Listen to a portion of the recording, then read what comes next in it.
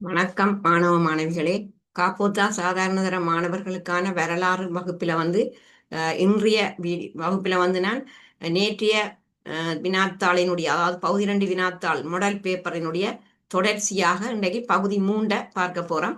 அதில் 8வது வினா 9வது வினா 2 வினாக்கள் இதில் விடைகளோட போட்டிருக்கிறேன். அதாவது பகுதி 3ல் உங்களுடைய பரீட்சைக்கு வர்ற மாதிரி 2 வினாக்கள். இது ஒரு மாடல் பேப்பர்.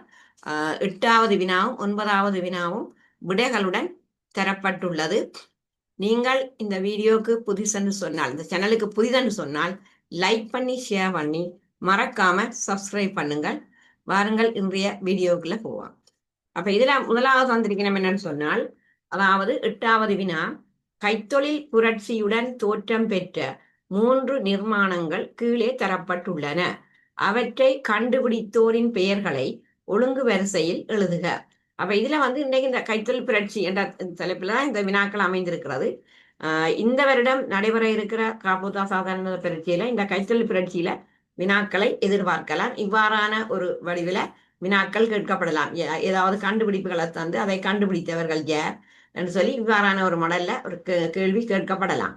அப்ப நாங்கள் இப்ப இந்த புரட்சியோடு தொடர்பட்ட 3 நிர்மாணங்கள், முதலாவது ஏ தந்திருக்கிறோம், பறக்கும் நூனாளி, பி ரோலர் இயந்திரம், சி வானொலி. அப்ப நாங்கள் இதை கண்டுபிடித்தவருடைய பெயர்களை நீங்கள் எழுதணும். ஏ என்று போட்டுட்டு டேஷ் பண்ணி இப்ப பறக்கும் நூனாளி, அதை கண்டுபிடித்தவர் ஜோன் கே.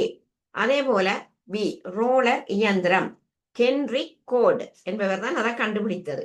அதே போல சி வானொலி, குக்லி மார்க்கோனி. அப்ப இங்க இதற்குரிய விட நான் இங்க கீழே போட்டிருக்கேன். ஏ ஜோன் கே 2 சொல்லி என்ன வரணும், ஜோன் கே, ஹென்ரி கோட் மற்ற குக்லி நாடு வரணும், குக்லி மார்க்கோனி. அப்ப இதுதான் முதலாவது வினாவுக்கான விடை. அப்ப ஆகவே கைத்தொழில் புரட்சியில இப்படி நிறைய கண்டுபிடிப்புகள் நான் என்னுடைய மெயின் வீடியோக்கள் எல்லாம் போட்டிருக்கிறேன். அதே போல யூடியூப்ல ஷோர்ட்ஸ் யூடியூப்லையும் அந்த கண்டுபிடிப்புகள் ஒரு அட்டவணையாவே போட்டிருக்கிறேன். அந்த கண்டுபிடிப்புகள், அதனை கண்டுபிடித்தவர்களுடைய பெயர்கள் மற்ற இத்தனையாம் ஆண்டு கண்டுபிடிக்கப்பட்ட அந்த விவரங்கள் நீங்கள் என்னுடைய அந்த வீடியோக்களை போய் பார்த்தால் அதை நீங்க இலகுவாக பரீட்சைக்கு படிக்கக்கூடியதாக இருக்கும். அடுத்த 2வது, கைத்தொழில் புரட்சி பிரித்தானியாவில் ஆரம்பித்ததற்கான காரணங்கள் 4 குறிப்பிடுக. அப்ப முதல் சொன்னதுக்கு 3 புள்ளிகள், அந்த 3ஐயும் எழுதினார், சரியாக எழுதினார். அதே போல இந்த கைத்தொழில் புரட்சி பிரித்தானியாவில் ஆரம்பிப்பதற்கான காரணங்கள் என்ன? அப்ப 4 காரணங்கள், 4 குறிப்பிடுக என்று சொல்லி போட்டிருக்கிறார். அப்ப நாங்கள் அதுல நாங்கள் அந்த 4 காரணங்களை பார்த்தோம்னு சொன்னால், முதலாவது முதலீடு செய்யக்கூடிய செல்வந்தர்கள் இருந்தமை. இப்ப இதற்குரிய விடையை நாங்கள் பார்ப்போம். முதலீடு செய்யக்கூடிய செல்வந்தர்கள் பிரித்தானியாவிலே இருந்தார்கள். பிரித்தானியாண்டா இங்கிலாந்துதான் கருத்து. இங்கிலாந்து பிரித்தானியா எல்லாம் ஒரே கருத்து. அப்ப முதலீடு செய்யக்கூடிய செல்வந்தர்கள் இருந்தமை. அதே போல 2வது, மறுமலர்ச்சி காரணமாக விஞ்ஞான அறிவு பரவலடைந்திருந்தமை, அதுவும் இந்த கைத்தொழில் புரட்சி ஏற்படுவதற்கு ஒரு காரணம். அதே போல கனிய வளங்களை பெற்றுக்கொள்ளக்கூடியதாக இருந்தமை. அப்ப இங்க இங்கிலாந்துல இந்த பிரித்தானியாவில நிலக்கரி, இரும்பு போன்ற அந்த கனிய வளங்களை பெற்றுக்கொள்ளக்கூடியதாக இருந்தமை. அதே போல குடியேற்ற நாடுகள்ல பொருட்களின் தேவை, அதாவது பொருட்களுக்கு அதிக கேள்வி, உற்பத்தி செய்யப்பட்ட பொருட்களுக்கு கேள்வியும் இருந்தது, அதே நேரம் தேவையும் இருந்தது. அப்ப தேவை இருந்தபடியால நிச்சயமா கேள்வி கூடும். அப்புறம் அங்க உற்பத்தியை மேலும் மேலும் அதிகரிக்க வேண்டிய ஒரு நிலைமை. அதே மாதிரி வேலியடைப்பு காரணமாக கைத்தொழில்களுக்கு ஊழியர்களை பெற்றுக்கொள்ளக்கூடியதாக இருந்தவை. அப்ப நல்ல தொழிலாளர் வளம் இங்க அதிக அளவில் காணப்பட்டிருந்தது. அதாவது இந்த கைத்தொழிலுக்கு தேவையான தொழிலாளர்களை பெறக்கூடிய வசதிகள் இந்த பிரித்தானியாவிலே இருந்தவை. அதே போல அரசியல் ஸ்திரத்தன்மை, அதாவது அரசியல் ஸ்திரத்தன்மைன்னு சொன்னால், அதாவது அரசியல் நல்ல சுமூகமான நிலை காணப்பட்டவை, எந்த விதமான அரசியல் குழப்பங்களும் இல்லாத ஒரு ஸ்திரம், ஒரு நல்ல நிலைமை. இப்ப அரசியல் ஸ்திரம் இன்மை என்று சொன்னா அது குழப்பமான நிலை. அப்ப குழப்பமான நிலை இருந்தா இப்படி எல்லாம் அங்க அந்த கைத்தொழில் புரட்சி எல்லாம் வளர்ச்சி அடைய மாட்டுது, முதலீடு செய்யவும் ஒரு தரம் பெறாயினம். அப்ப இங்க இங்கிலாந்துல அதாவது பிரித்தானியாவில அரசியல் ஸ்திரத்தன்மை காணப்பட்டு இருந்தது. அப்ப ஆகவே இந்த பிரித்தானியாவில இந்த கைத்தொழில் புரட்சி ஏற்பட்டமைக்கான அந்த காரணங்கள் இங்க நான் அந்த 4 காரணங்களும் சொல்லப்பட்டிருக்கிறது. அதாவது பிரித்தானியாவில ஆரம்பிப்பதற்கான காரணங்கள், அது நீங்க காரணங்களை மட்டும் சொன்னா சரி, 4 புள்ளிகள். அடுத்தது 3வது பார்ப்போம். என்னன்னு சொன்னால், இதுல அரசியல் துறையில் மாற்றங்கள் ஏற்படுவதற்கு கைத்தொழில் புரட்சி எவ்வாறு காரணமாக அமைந்தது என்பதை 2 விடயங்களின் அடிப்படையில் விவரிக்குக. அதாவது அரசியல் துறையில மாற்றங்கள் ஏற்படுவதற்கு இந்த கைத்தொழில் புரட்சி வந்து எவ்வாறு காரணமாக இருந்தது. அப்ப அதற்குரிய விடயங்களை நாங்கள் பார்த்தோம்னு சொன்னால் இங்க வந்து அதற்கு காரணம் வந்து முதலாவது பார்ப்போம், பணம் படைத்த செல்வந்தர் பணமற்ற ஏழைகள் என்ற பிரிவு தோற்றம் பெறல். அதுதான் முதலாவது காரணம். அதாவது வந்து செல்வந்தர்கள் ஏழைகள் என்ற அந்த பிரிவு வந்து தோற்றம் பெறுகிறது. அதே போல நாங்கள் மாற்றம் வந்து வேலை நிறுத்தம் தொழிற்சங்கங்கள் என்பன ஏற்படுதல். அதே போல பொதுவுடைமைவாதம் தாராண்மைவாதம் போன்ற அரசியல் கொள்கைகள் தோற்றம் பெறுவது. அதே போல புதிய பேரரசுவாதம் தோற்றம் பெறுதல். அப்ப ஆகவே இங்க வந்து இந்த அரசியல் துறையில மாற்றம் ஏற்படுவதற்கு இந்த கைத்தொழில் புரட்சி எவ்வாறு காரணமாக அமைந்தது என்று சொல்லுகிற போது அதற்குரிய காரணங்கள் வந்து இதுல 4 காரணங்கள் போட்டுடாக்கு. அப்ப ஒன்று அந்த செல்வந்தர்கள் என்ற அந்த பிரிவு வந்து தோன்றியமை, மற்றது வேலை நிறுத்தம் தொழிற்சங்கங்கள் என்பன ஏற்படுதல், மற்றது வந்து பொதுவுடைமைவாதம் தாராண்மைவாதம் போன்ற அரசியல் கொள்கைகள் தோற்றம் பெறுவது, புதிய பேரரசுவாதம் தோற்றம் பெறுவது. அடுத்தது வந்து பார்ப்போம் 4வது வினாவை, சுற்றாடல் மாசடைதல் கைத்தொழில் புரட்சியால் ஏற்பட்ட முக்கியமான பிரச்சனை. உதாரணங்கள் 3ஐ முன்வைத்து மேற்கூறப்பட்ட கூற்றினை விளக்குக. இப்ப இந்த சுற்றாடல் என்றா சூழல் மாசடைதல், இது வந்து கைத்தொழில் புரட்சியால் ஏற்பட்ட ஒரு முக்கிய பிரச்சனை. இப்ப உங்களுக்கு தெரியும் கைத்தொழில் புரட்சி வந்து கைத்தொழில் புரட்சி என்றா என்னன்னு செய்யும் தெரியும். அதாவது மனிதன் 2 கைகளாலும் பொருட்களை உற்பத்தி செய்வதை விட்டு இயந்திரங்களின் உதவியோட பொருட்களை உற்பத்தி செய்கிற ஒரு முன்னேற்றகரமான விளைவைத்தான் நாங்கள் இந்த கைத்தொழில் புரட்சி என்று எடுத்துக்கொள்கிறோம். அப்ப இங்க வந்து இயந்திர பாவனை வந்து இங்க கூடுதலாக இருந்தபடியால தொழிற்சாலைகள்ல தான் இந்த பொருட்கள் எல்லாம் உற்பத்தி செய்யப்பட்டது. அவ்வாறு தொழிற்சாலைகள்ல நாங்க பொருட்களை உற்பத்தி செய்கிற போது அந்த இயந்திரங்கள்ல இருந்து வெளியேறுகிற புகை வந்து இவ்வாறான சூழலை எல்லாம் மாசடைய செய்யும். அப்ப இங்க இவ்வாறு கைத்தொழில் புரட்சியால் ஏற்பட்ட முக்கிய பிரச்சனை இந்த சூழல் மாசடைதல். அப்ப அதுக்கு நாங்கள் 3 உதாரணத்தை கேட்டு முன்வைக்க சொல்லியிருக்கிறோம் அந்த கூற்றுகளை. அப்ப நாங்கள் அதுக்கு வந்து ஒன்று நீர் மாசடைதல், அந்த சூழல் மாசடைதல் வந்து இந்த கைத்தொழில் புரட்சியால அதாவது நீர் மாசடையும்.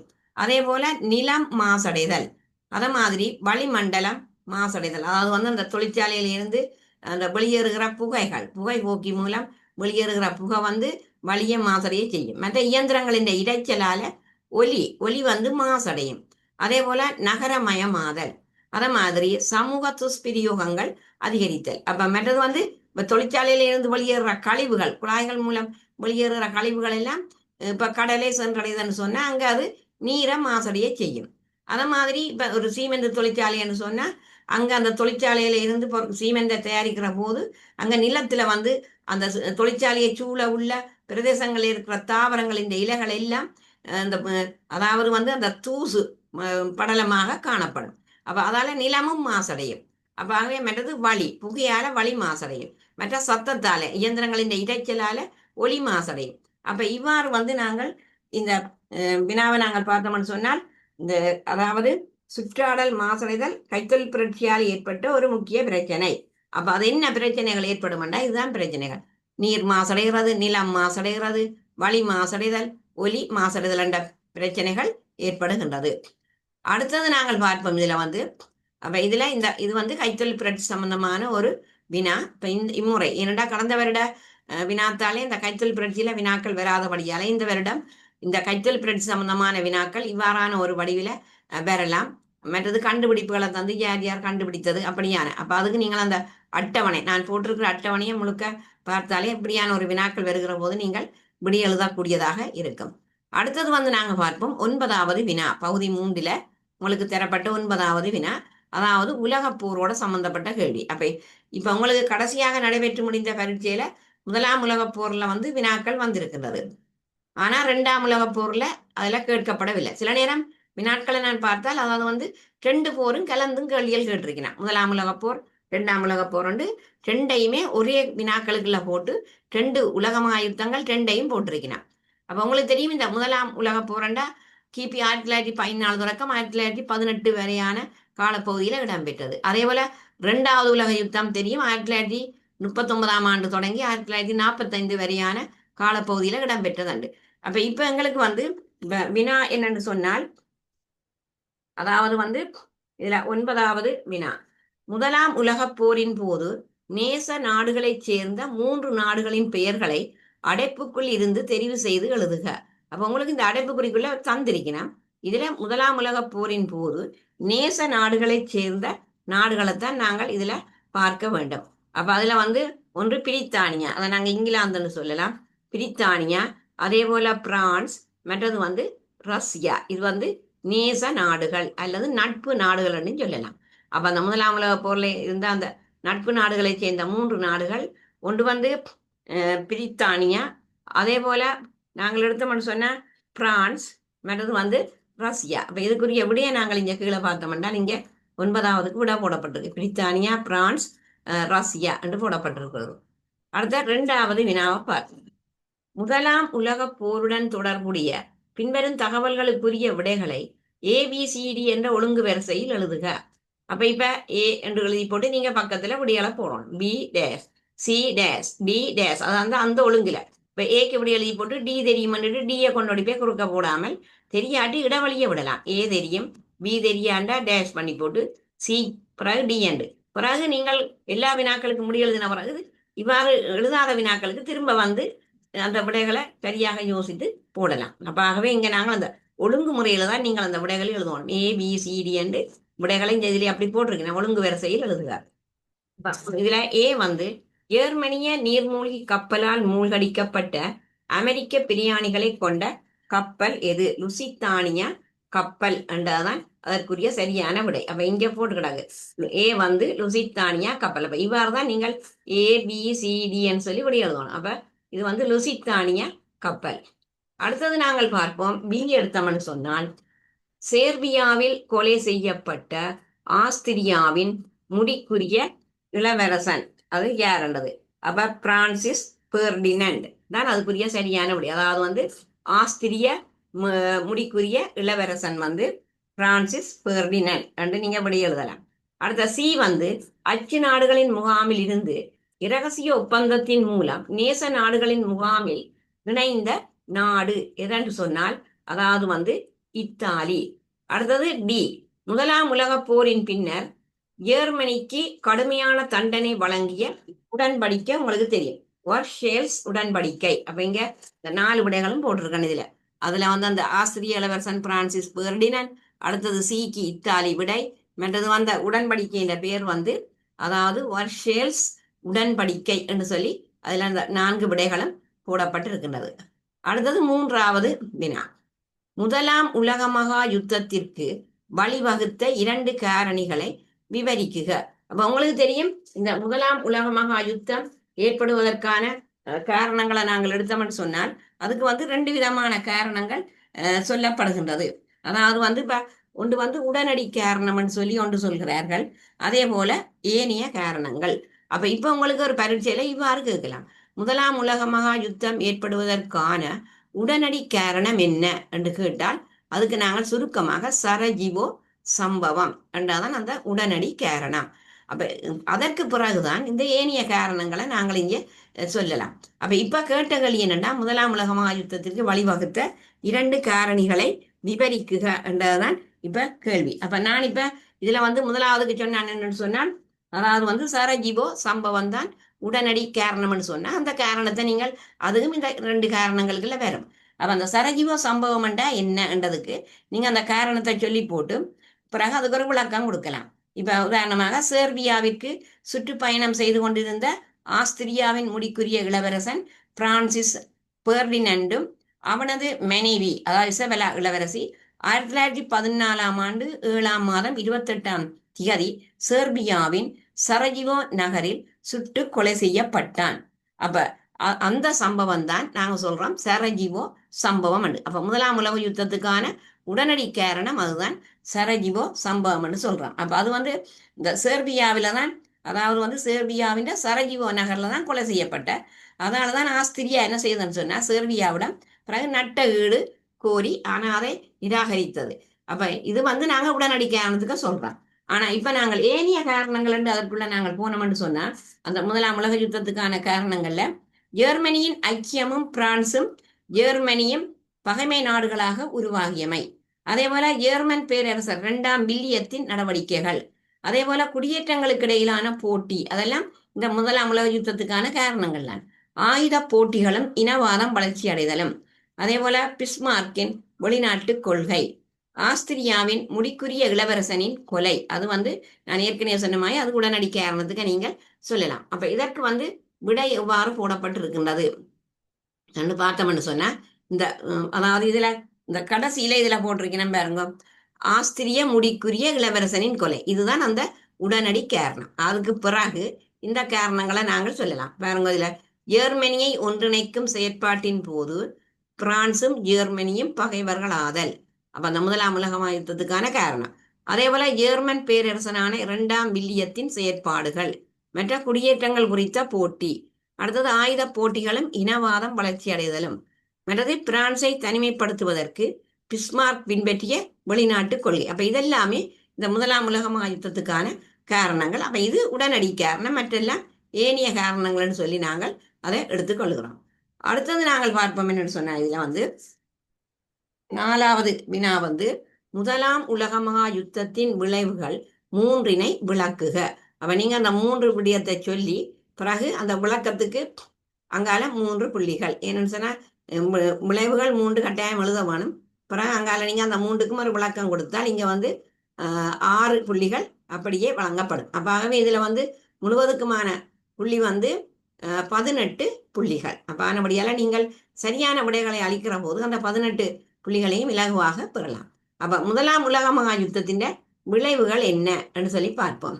அப்ப இதுல நாங்கள் அந்த விளைவுகளை நாங்கள் பார்த்தோம்னு சொன்னால், இப்ப இதுல பாருங்க, அச்சு நாடுகள் தோல்வியை தழுவி நட்பு நாடுகள் வெற்றி பெற்றமை என்றது இதுல ஒரு முதலாவது விளைவு.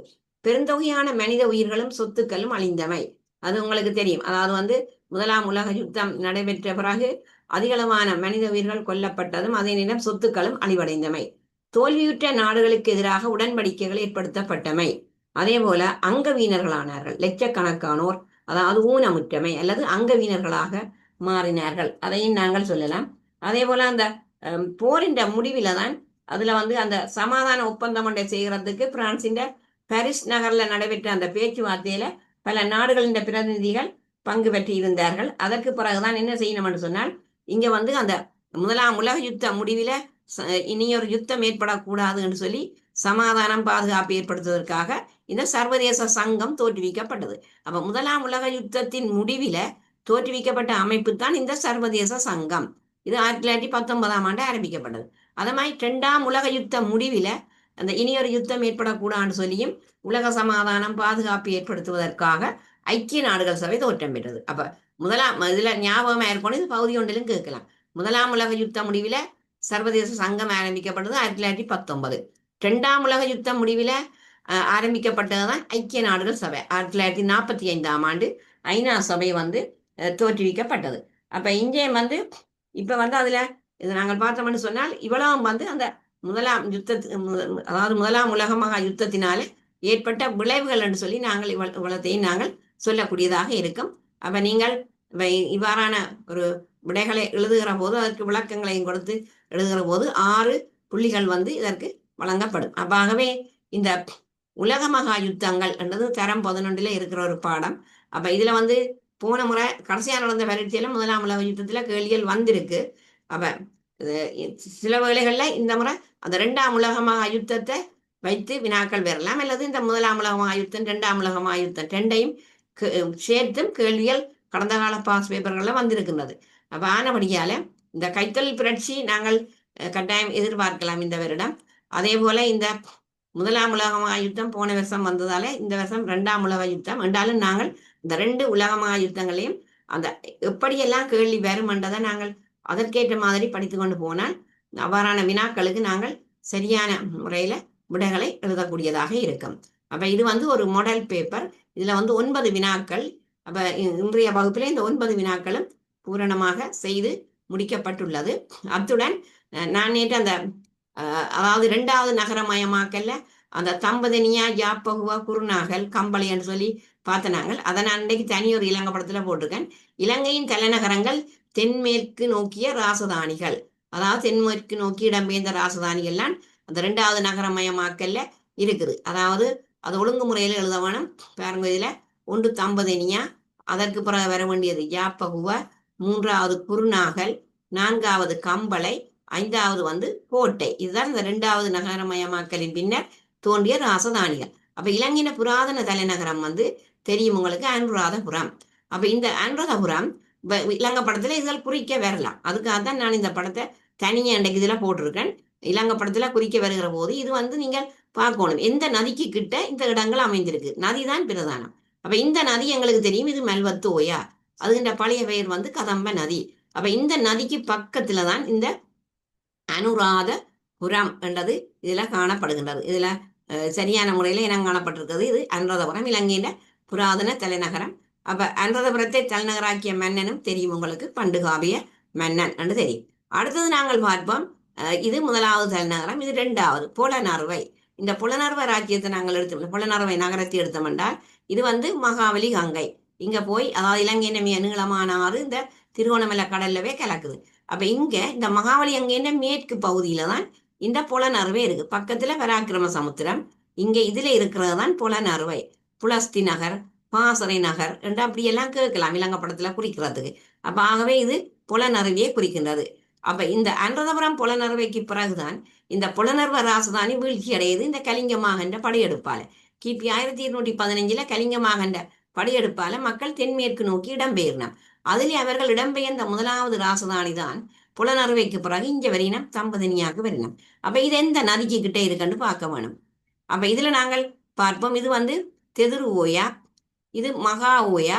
இந்த மகா ஓயாக்கு பக்கத்துல இதுலதான் இருக்கிறது தம்பதெனியா, அதாவது தம்பதெனியா. அதே போல யாப்பகுவா, இது எந்த நதிக்கு கிட்ட இருக்கின்றது என்று பார்த்தால் இது வந்து கலா ஓயா. இது இந்த பழைய பெயர் கோண நதி. அப்ப நீங்க பார்க்கணும் எந்த நதிக்கு கிட்ட இது இருக்குதோ அதை ஞாபகப்படுத்தி வச்சா சரி. அப்ப இது கலா ஓயாக்கு பக்கத்துல தான் இந்த யாப்பகுவ, அதை நாங்க சுபபௌவத என்று அழைக்கலாம். அப்ப யாப்பகுவ சுபபௌவத, தம்பதனிய யாப்பகுவ. அடுத்த ராசதானி ஒழுங்குமுறையில 3வது குருநாகல். அப்ப இந்த குருநாகலை நாங்க எடுத்தோம்னு சொன்னா இது எந்த நதிக்கு கிட்ட இருக்கு, இது வந்து தெதுரு ஓயா. இப்ப இந்த தெதுரு ஓயாக்கு பக்கத்துல தான் இதுல இந்த குருநாகல் ராசதானி காணப்படுகின்றது. அடுத்தது குருநாகலுக்கு அடுத்தது கம்பளை. இதை நாங்க பார்த்தோம்னு சொன்னா இந்த இங்க வந்து தும்பர பள்ளத்தாக்குலேருந்து கோட்டன் சமவெளி ஊடாக இந்த மகாவலி அங்க உற்பத்தியாகி இங்க போய் திருவண்ணாமலை கடலுக்கு போகுது. இங்க வந்து நாங்க பார்த்தா மகாவலி அங்கையில மேற்கு பக்கத்துல இந்த இடத்துல தான் கம்பளை ராசதானி இருக்குது. இதை நாங்க சொல்ற கங்க சிறிபுர. அப்ப இது கம்பளை ராசதானி. அதே நேரம் இது அந்த உயரமான பகுதி இது இது கண்டி. கண்டின்ற பழைய பேர் செங்கடகலை. அப்ப உங்களுக்கு இலங்கை படத்துல செங்கடகலை குறிக்க சொன்னால் இந்த இடம் தான் செங்கடகலை அல்லது கண்டி என்று சொல்றான் பாருங்க. இந்த மகாவலி அங்க உற்பத்தியாகி இந்த உயர்வில தான் இந்த உச்சியில கண்டி இருக்குது அல்ல செங்கடகலை. அப்ப இப்ப கம்பளை, இது கம்பளைக்கு அடுத்த ராசதானி தான் எங்களுக்கு கோட்டை. அப்ப இது எந்த நதி என்று பார்க்கணும். இந்த கோட்டை இது வந்து இந்த நதிக்கு பெயர் களனி கங்கை. அதுக்கு கீழே வார நதி அதாவது வந்து கழுகங்கை. அப்ப இது களனி கங்கைக்கு பக்கத்துல இருக்கிறது இந்த கோட்டை ராசதானி. அப்ப நான் ஏன் இந்த இலங்கை படத்தை நீங்க யோசிக்கலாம் சம்பந்தம் இல்லாம போட்டிருக்கேன். இது வந்து நேற்று நாங்கள் அந்த தம்பதனிய யாப்பகுவா குருநாகல் கம்பளை என்று கேட்டிருந்தவ, அதுல தெளிவு இல்லாம இருந்தது அந்த இலங்கை படம். அதால நான் இன்றைக்கு ஒரு இலங்கை படத்தை போட்டு அந்த நதியை போட்டு விளக்கமாக எந்த நதிக்கு கிட்ட எந்த இடம் இருக்கு எந்த ராசதானி. அப்ப இது வந்து நாங்கள் எடுத்தோம்னா களனி கங்கைக்கு பக்கத்துல தான் கோட்டை இருக்குது, மகாவலி கங்கைக்கு பக்கத்துல கம்பளை இருக்கு, மற்றது மகா ஓயாக்கு பக்கத்துல தம்பதனியா இருக்கு.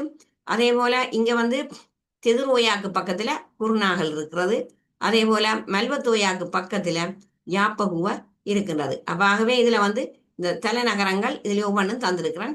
அத மாதிரி யாழ்ப்பாண ராஜ்யத்தின் தலைநகரம் இங்க வந்து நல்லூர் என்று சொல்லி இதுல போடப்பட்டிருக்கிறது. இது வந்து யாழ்ப்பாணம், இதுல இது நல்லூர் என்றது அந்த தலைநகரங்களை நாங்கள் போடுற இலங்கையில தலைநகரன்றதுல இந்த நல்லூர் என்றதும் இந்த இடத்துல ஏனெண்டா இலங்கை படத்துல அதுவும் குறிக்க வாருது. அப்ப ஆகவே இந்த அனுராதபுரம் புலனறுவை இந்த கட்டாயன் ராசதானிகள்ல இந்த நகரங்கள்ல ஏதாவது ஒன்று வரும் பரீட்சைக்கு.